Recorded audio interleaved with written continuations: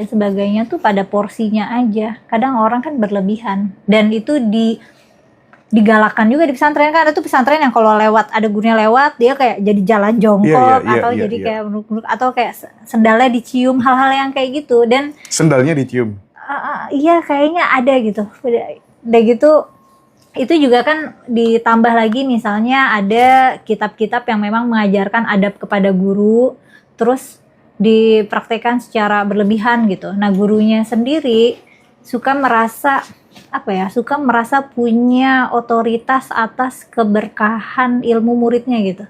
Kamu nanti kalau misalnya tidak takzim sama guru, tidak memuliakan guru, nanti ilmu kamu nggak berkah gitu. Udah belajar capek-capek, ilmu nggak berkah gitu. Jadi Oke, Mbak Mila apa kabar? kabarku baik. Baik Alhamdulillah. ya. Mas Hendra apa kabar? Alhamdulillah baik juga gitu. Sekarang ini kan teman-teman deket tuh pada kontak. Sekarang heboh Kumaila di mana-mana dituduh sebagai seorang misionaris yang dibayar gereja untuk menghancurkan Islam dari dalam gitu. Se-ekstrim itu Mbak Mela. Gimana dong tanggapannya Mbak Mela? Aku bingung menanggapinya dari mana gitu. Bisa sampai ke kesimpulan kayak gitu kan itu juga jauh banget. Aku nggak tahu itu gimana prosesnya. Katanya ada yang menganalisis gitu terus kesimpulannya ke sana. Aku juga nggak terlalu menyimak ya pergosipannya. Tapi gini Mas Hendra, aku kan namaku Kumaila Hakimah itu nama asli gitu. Jadi track record aku bisa sangat mudah dicek gitu. Orang-orang yang kepo gitu sama aku ya mereka bisa tahu aku lulusan mana, keluarga aku siapa gitu. Jadi untuk mengeceknya tuh sangat mudah sekali gitu.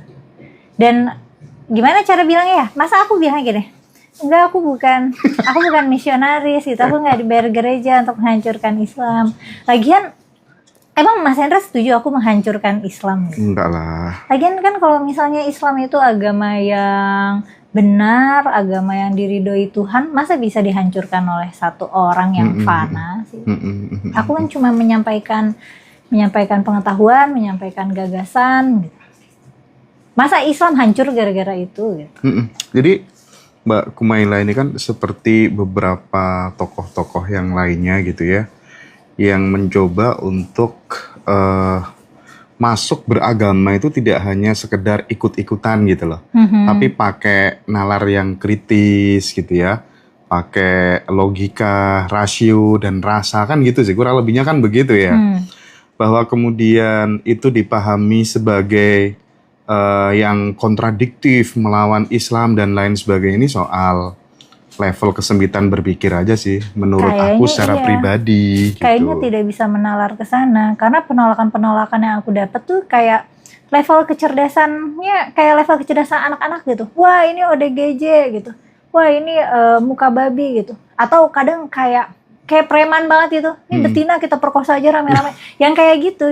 Yang menolak aku bantahannya tuh kualitasnya segitu gitu. Apakah memang kalau mereka memang orang dewasa gitu, itu kan berarti menyedihkan sekali situasinya, itu suram sekali ya. Orang-orang dewasa di masyarakat kita masih banyak yang belum punya kapasitas berpikir dasar aja untuk bisa membalas argumen atau untuk bisa punya kesopanan basic gitu. Kalau dulu kan ancamannya itu kan sampai mau dibunuh, diperkosa. Sekarang yang paling rame apa? Disuruh apa? Sekarang karena ada gosip aku itu ODGJ ya, orang dengan gangguan jiwa, jadi banyak yang nyuruh aku bunuh diri. Oh, nyuruh bunuh diri. Dan misalnya dulu itu aku punya riwayat depresi dan aku pernah share itu, dan dalam beberapa interview juga aku mengakui itu. Aku pernah didiagnosis depresi dan aku secara rutin terapi ke psikolog dan mengkonsumsi obat psikiatri. Dan itu banyak tahun yang lalu gitu, sudah lama sekali, dan itu pernah aku ceritakan. Dan kayaknya mau membunuh karakter aku dengan itu. Wah, ini orang depresi didengerin gini. Padahal depresi itu umum loh Mas Hendra. Kayak 1 dari 3 orang manusia itu pernah mengalami depresi di satu titik dalam hidupnya gitu. Nah, ketika misalnya aku mengalami depresi, terus aku ke psikolog dan ke psikiater, itu kan tindakan yang tepat. Maksudnya apa yang dipermalukan dari situ gitu. Iya, Malah dalam yang rangka ngata-ngatain untuk aku, mereka jadi kayak orang gak waras. iya, pembunuhan karakter aja sih ya. Dan nggak ada salahnya orang depresi itu. Bahkan karya-karya besar itu terlahir dari sebuah penderitaan yang besar, suffering gitu, masa-masa yang kelam, masa yang sulit. Yang itu ya saat kita berada di situ ya kita lalui, kita cari solusi yang terbaik gitu ya. Tuh. Dan solusi yang solutif buat aku saat itu ya mengunjungi ahlinya gitu. Aku ke psikolog dan ke psikiater gitu. Menurutku itu yang harusnya dipelajari masyarakat kita, bahwa kalau misalnya kita depresi, berobat. Dan kalau misalnya ada orang yang kita kenal sedang depresi, berikan dukungan, bukan dicaci maki. Itu tuh kayak, padahal kita tinggal di abad ke-21 ya, di mana ilmu kesehatan sudah maju gitu, teknologi sudah maju, tapi cara berpikirnya masih kayak manusia goa gitu. Aku nggak paham deh. Yang seru itu kan temen-temen di Ngaji Roso gitu, terima Mbak Kumaila, welcome banget gitu ya, komennya iya, bagus-bagus, antingnya lucu, nah kayak gitu komen itu yang bener ya. Iya benar. Oke. Nah, apa Mbak Mela pentingnya menyaring informasi agar kemudian di zaman seperti ini kita itu ndak gampang percaya gitu ya, apalagi di era medsos gitu, banyak ulama dadakan, banyak tiba-tiba aja tanpa silsilah yang jelas muncul Gus ini, Gus itu, terus kemudian dia berusaha untuk mencari legitimasi, dulu ibuku, ayahku ini makanya aku dipanggil Gus, itu nggak salah gitu. Sehingga kalau udah jadi Gus, jadi kiai, jadi ulama, ya cari nafkah lebih gampang dan lain sebagainya gitu. Ini fakta real di lapangan. Aku sering bertemu orang-orang seperti itu gitu. Gimana Mbak Mela?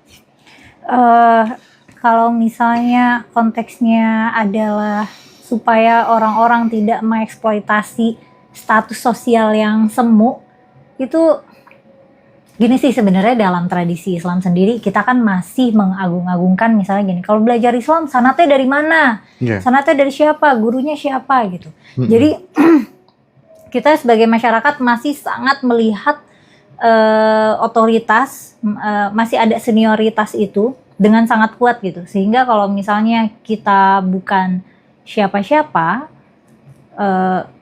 kita akan di dalam masyarakat Muslim itu akan gak dianggap. Dan itu kayaknya orang-orang yang mengaku Gus atau Ustadz dadakan gitu, mereka mau mengisi status itu untuk mendapatkan kehormatan dari masyarakat secara instan gitu. Orang masyarakatnya juga polos-polos kan, maksudnya dia untuk menjadi Ustadz, bisa aja jadi Ustadz tanpa pernah mengenyam pendidikan Islami, itu kan sebenarnya bisa aja asal dia pintar ngomong gitu. Atau misalnya dia mengaku-ngaku anak siapa supaya mendapat penghormatan itu gitu. Nah, aku sendiri mencoba untuk tidak. Mas Hendra ini live nggak? Oke. Aku sendiri mencoba untuk fokus sama substansi dan tidak terlalu mengemphasiskan pada kualifikasi pendidikan aku atau bahkan orang tua aku. Itu hal yang aku relatif nggak mau bring up kecuali terpaksa ya. Gitu. Oke, Mbak Mela. Jadi apalagi kalau kemarin gitu ya Mbak Mela, kasus-kasus di beberapa pesantren yang kemudian terungkap ada seorang santriwati yang diperkosa dan lain-lain gitu kan, muncul kan kemudian di dalam sebuah dialektika teman-teman yang cangkruk di mana-mana itu diskusinya gimana ini, tokoh-tokoh agama banyak yang jadi pemerkosa gitu ya, agama pemerkosa dan lain-lain gitu. Nah, masih relevan gak kita itu di era seperti ini begitu menghormati orang yang selama ini kita juluki sebagai ulama lah dan lain-lain kayak gitu? Menurut Mbak Mela gimana?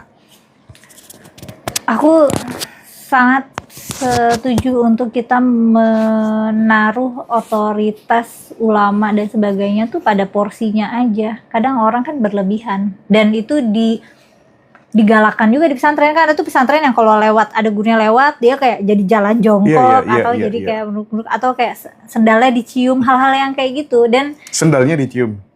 Iya, kayaknya ada gitu. Udah gitu, itu juga kan ditambah lagi, misalnya ada kitab-kitab yang memang mengajarkan adab kepada guru, terus dipraktekkan secara berlebihan gitu. Nah, gurunya sendiri suka merasa punya otoritas atas keberkahan ilmu muridnya gitu. Kamu nanti kalau misalnya tidak takzim sama guru, tidak memuliakan guru, nanti ilmu kamu nggak berkah gitu. Udah belajar capek-capek, ilmu nggak berkah gitu. Jadi orang susah gitu, atau jadi orang celaka. Tapi itu somehow kayak nggak applies ke dirinya ya. Kalau misalnya gurunya hidupnya apes, kita kan nggak akan bilang itu karena dia ilmunya nggak berkah. Menurutku itu masalah yang paling krusial sih dalam masyarakat Muslim, dan akan membuat kita nggak kemana-mana selama kita masih bergantung pada otoritas. Kita nggak punya kemandirian berpikir secara kolektif. Dan ini juga sama para intelektual Muslimnya kan masih suka ada yang kayak belajar harus ada sanatnya, harus gurunya jelas. Dan guru yang mereka maksud guru jelas itu kan guru yang populer kan. Maksudnya aku bisa aja punya guru yang hebat banget keilmuannya, tapi anggaplah karena masyarakat terlalu naif untuk bisa mengakui kehebatannya, terus guru itu dianggap sesat atau dianggap liberal atau semacam itu gitu. Ini udah mah nggak ada standarnya, udah nggak ada, karena kita nggak punya standar otoritas kayak gini. Jadi ada nih kelompok masyarakat atau individu-individu yang ingin mengeksploitasi hal ini gitu. Jadi pemimpin agama dadakan gitu. Pemimpin agama dadakan. Ya.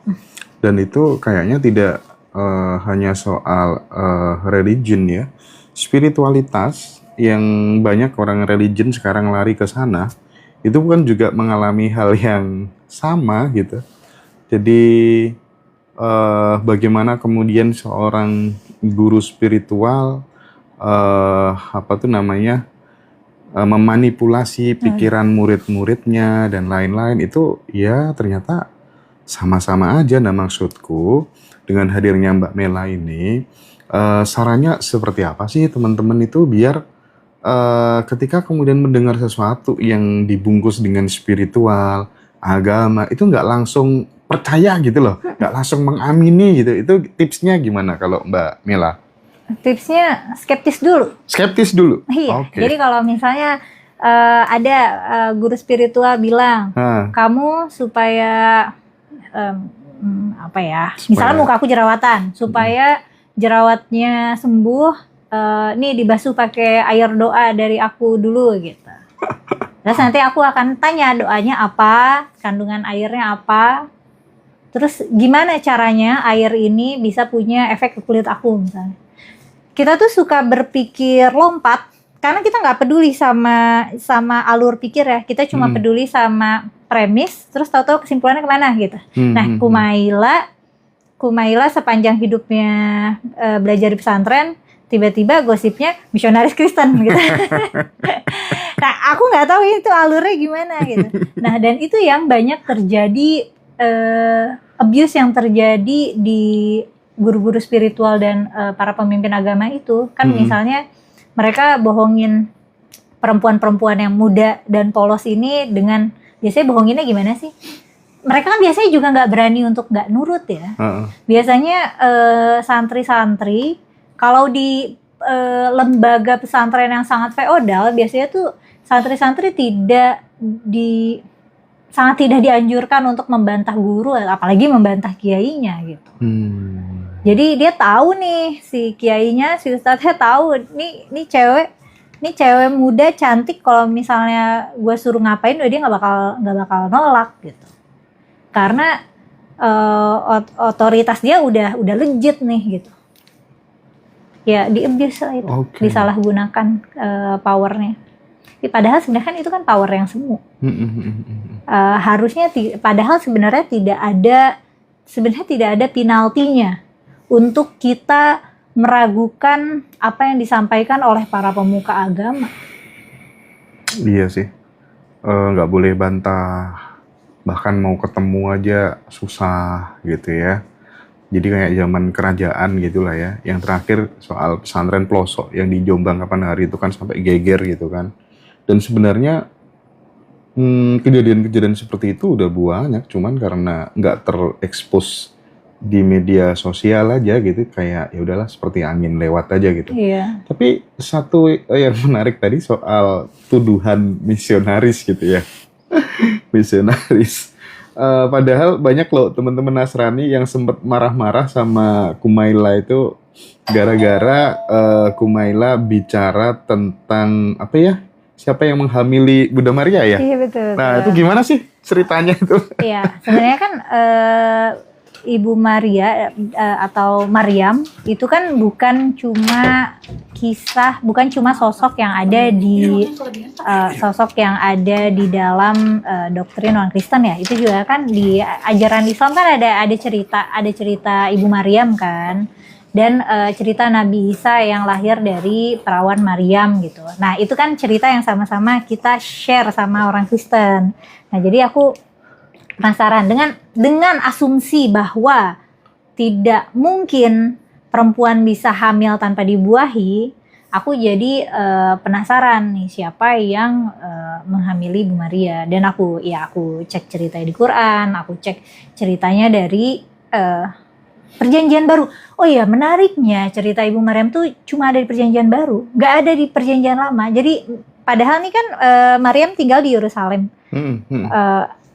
Aku curiganya tadinya akan ada banyak catatan Ibrani, manuskrip Ibrani, akan ada di Perjanjian Lama juga cerita tentang Ibu Maria, tapi ternyata nggak ada. Adanya justru baru di Perjanjian Baru dan di Al-Quran gitu. Dan ininya ceritanya kan Ibu Maryam ini nggak pernah keluar rumah kecuali 1 kali doang, di mana dia waktu itu ketemu malaikat yang ngabarin nanti kamu akan hamil gitu. Nah, terus aku curiganya sih sama malaikat itu. Oh, gitu. Karena ada catatan kalau memang Ibu Maria ini adalah tokoh yang historis ya. Kalau misalnya ini figur yang benar-benar ada gitu.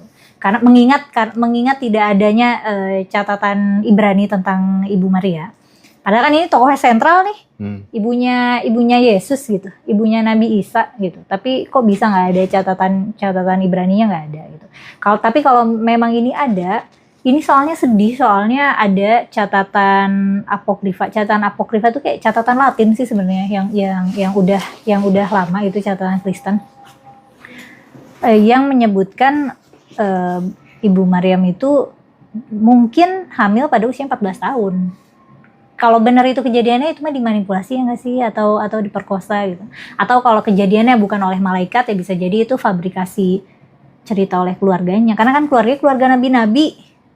Kalau misalnya ini satu anggota perempuan terus hamil kan nanti geger, dan emang geger kan. Gitu. Nah, aku penasaran aja sebenarnya. Tapi yang apa ya? Kalau aku kan menerima kebenaran dari siapapun lah ya, yang ngomong yang penting tuh kita tuh pakai rasio, pakai rasa, tidak terus kemudian apa katanya kitab ini, kitab itu gitu kan. Rata-rata kan gitu ya, sehingga ketika kemudian Kumaila mengkritisi misalnya tentang apa yang udah disampaikan tadi gitu, tentang kisah-kisah Nabi yang nggak masuk akal gitu, itu tuh orang tuh langsung ngejudge gitu, ini orang ngawur, ini omongannya nggak jelas gitu. Kamu ketika kemudian banyak orang yang komen-komen kayak gitu, responmu gimana, Mbak? Kalau bisa aku jelaskan dalam kolom komentar singkat, aku jelaskan. Tapi biasanya sih aku abaikan aja. Karena aku sama kayak Mas Hendra, aku nerima informasi, nerima pengetahuan, ilmu dari mana aja, asal alurnya ada nih. Asal bisa dinalar pakai rasio gitu. Nah, sedangkan kayaknya gapnya, kesenjangan pengetahuan ya sama masyarakat yang pada repot itu, mereka tuh maunya yang namanya pengetahuan tuh harusnya berasal dari otoritas. Kalau bukan dari kitab suci ya dari ustadz-ustadz. Nah, kayak misalnya waktu aku bilang kisah nabi-nabi di kitab suci itu dongeng, itu kan karena itu sebenarnya bukan kata aku gitu, bukan aku berfatwa gitu. Tapi memang para sejarawan di dunia ini tidak bisa mengkategorikan cerita-cerita di dalam kitab suci sebagai fakta sejarah karena memang susah diselaraskan dengan lini masa sejarah gitu. Ini letaknya ada di mana? Dan belum lagi cerita-cerita yang ajaib gitu ya, cerita-cerita mukjizat itu kan cerita-cerita yang melanggar hukum alam dan biasanya yang kayak gitu itu kan cerita-cerita di legenda atau dongeng gitu. Nah kalau misalnya nggak setuju sama yang aku bilang, ya coba buktikan gitu. Buktikan bahwa kisah-kisah nabi di kitab-kitab suci itu memang fakta sejarah dengan penjelasan selain karena kitabnya bilang begitu gitu. Tapi berikanlah alurnya gitu. Kasih gitu alur pemikirannya. Ini loh bukti bahwa ini benar terjadi. Jadi waktu itu tuh aku ada orang-orang yang kayak arkeolog gitu, dia mencari jejak-jejak hidup kayak jejak-jejak hidup Nabi Ibrahim, Nabi Musa. Tapi biasanya ini sih kayak biblical scholar, biasanya ilmuwan-ilmuwan Kristen ya yang udah lebih dulu. Itu mereka nyari sisa-sisa ya hidup nabi-nabi ini hidupnya di mana gitu, peninggalannya apa, dan itu tuh mereka gagal menemukan gitu. Dan ya aku ngikut dari situ aja. Berhubung kita sama Kristen sama Yahudi ini kan kita share, kita berbagi lini masa sejarah yang linear gitu. Dan secara teologis juga masih banyak kemiripan gitu. Enggak, berarti sampai sejauh ini Mbak Mela tidak percaya dengan kekuatan sesuatu yang dibilang sebagai mukjizat karena itu bertentangan dengan hukum alam dan lain-lain, tuh sampai sejauh ini tidak percaya? Jika ada sesuatu terjadi di luar hukum alam, maka itu sesuai hukum alam. Jika itu bisa terjadi ya. Oke. Jadi sebenarnya nggak ada yang bisa melawan hukum alam. Nah, cuman kan kita tidak punya alternatif penjelasan dari mukjizat-mukjizat ini gitu. Dan memang kan mukjizat itu kan tujuannya supaya orang-orang percaya kan untuk bukti gitu. Kalau sekarang mungkin mukjizat-mukjizatnya bisa di-perform oleh Kang Abu Marlo waktu masih jadi pesulap gitu. Para pesulap-pesulap sekarang kan bisa para ilusionis itu mungkin kalau mereka hidup di zaman yang tepat mereka bisa jadi nabi.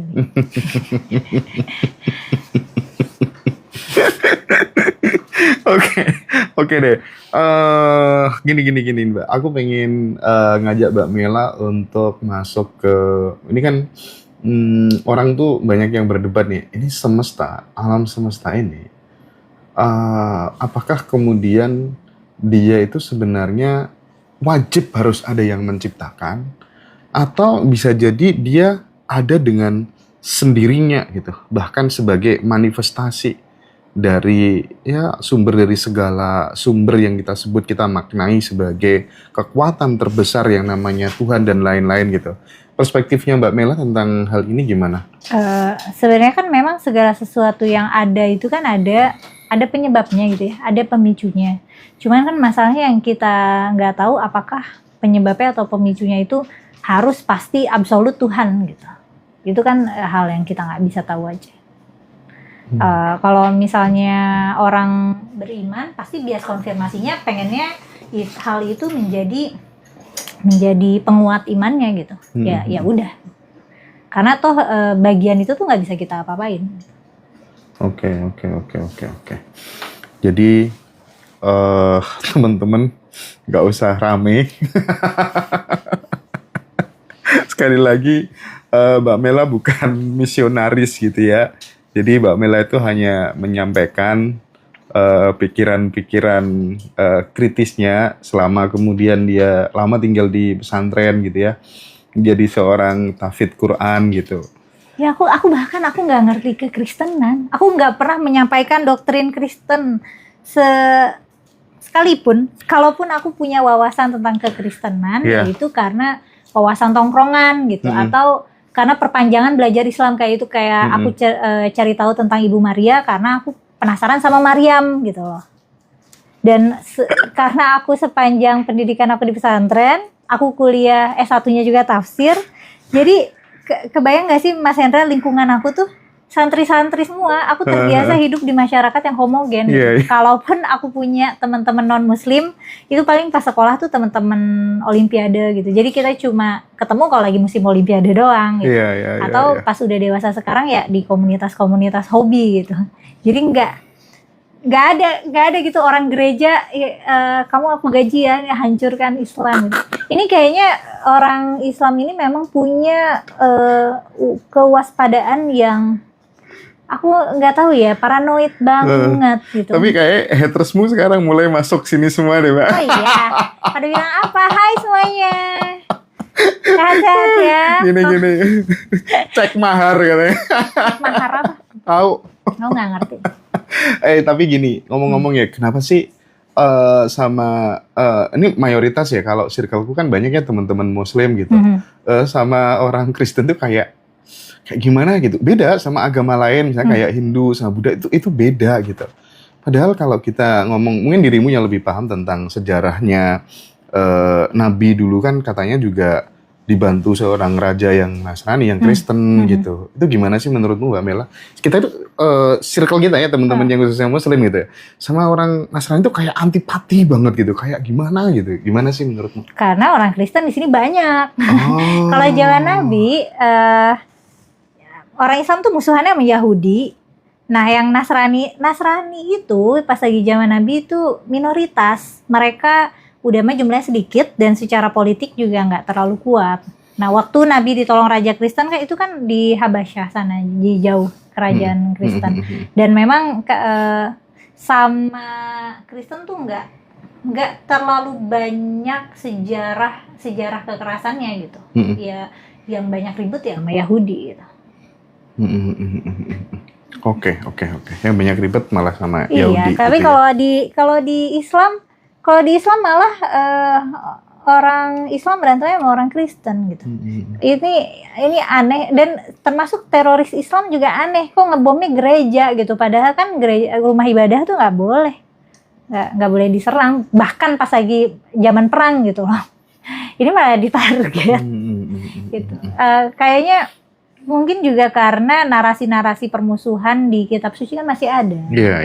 Kayak walan tarba angkal Yahuda dan Nasara hatta tatabiyana millatahum. Jadi mikirnya orang Kristen sama orang Yahudi itu ya akan berusaha untuk membuat orang Islam tuh masuk Kristen terus gitu. Mungkin kecurigaan di situ ya. Tapi aku juga nggak tahu, lagi-lagi aku nggak tahu bagaimana misi misionaris Kristen tuh mereka strateginya gimana gitu ya dalam menjaring jamaah, itu aku nggak tahu sama sekali. Tapi aku tidak pernah menyebarkan ajaran Kristen. Aku juga nggak ngerti.